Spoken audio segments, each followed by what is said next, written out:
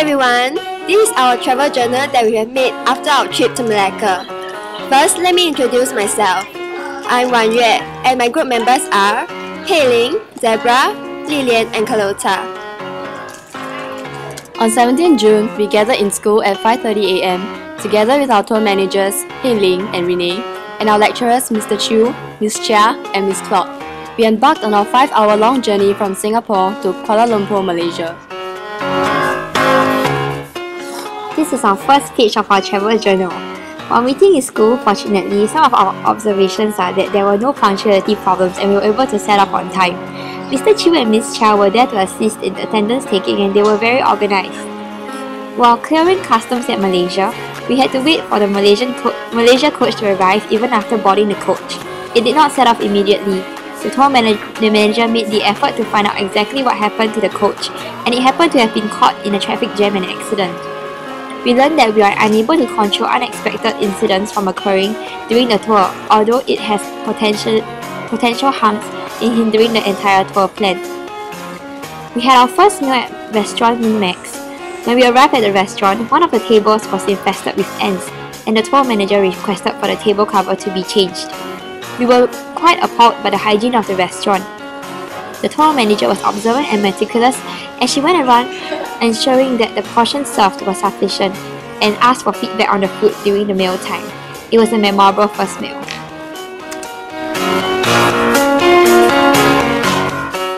After the lunch, we proceeded on to the Vistana talk at the hotel.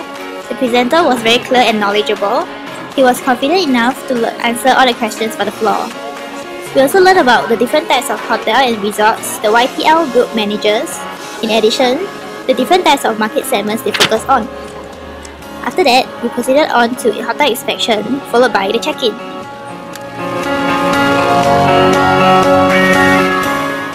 After checking in at the hotel, we went to Berjaya Times Square. It was a bonus activity for the group as there was spare time. Although 45 minutes was not sufficient to finish the exploration of the 8-story tall shopping mall, it was an eye-opening experience for all of us. However, punctuality was an issue as there were some latecomers, which caused the trip to be delayed. Mr. Chu even had to go back to search for them.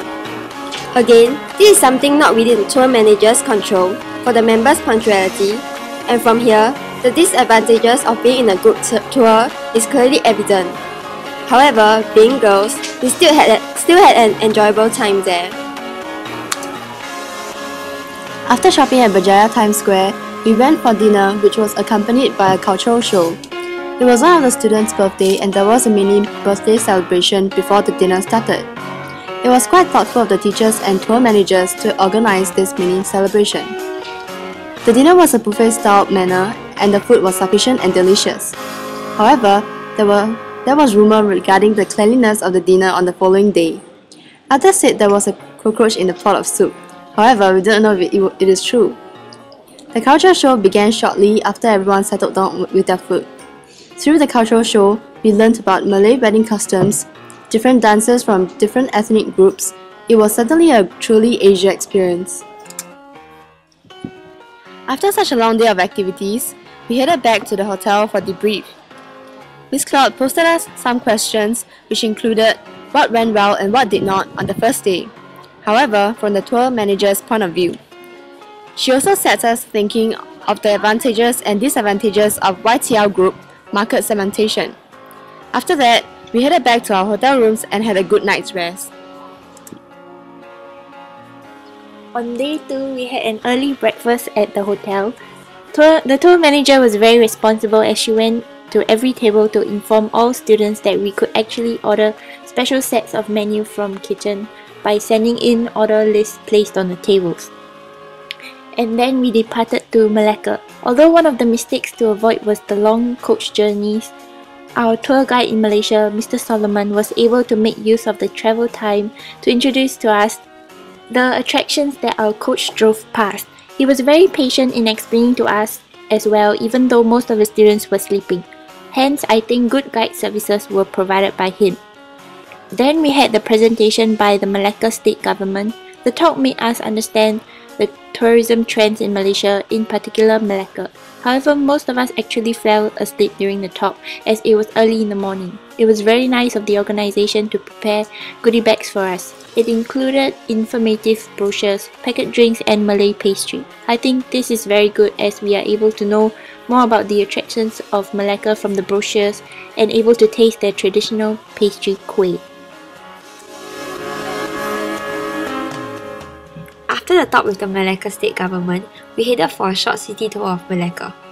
The city tour should not be conducted at 2 PM in the afternoon as the weather was really too hot. Many of us could not focus and pay attention well to our tour guide when he was explaining. It would be much better to conduct the city tour earlier in the day.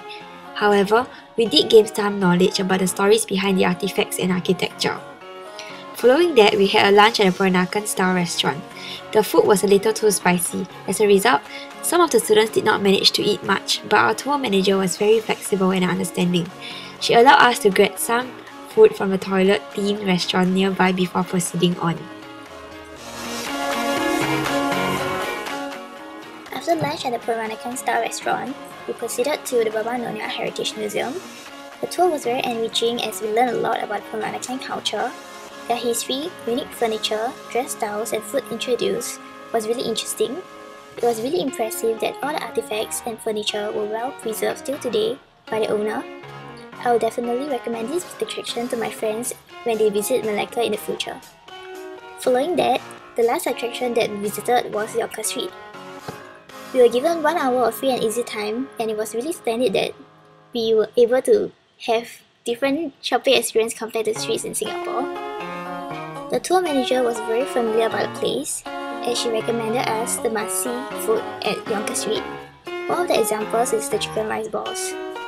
Despite the different number of stores, she could even name out the best one amongst them.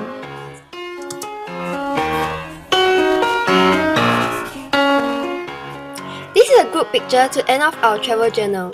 We took this picture in front of the Petronas Twin Towers. Overall, it was an enjoyable edu trip.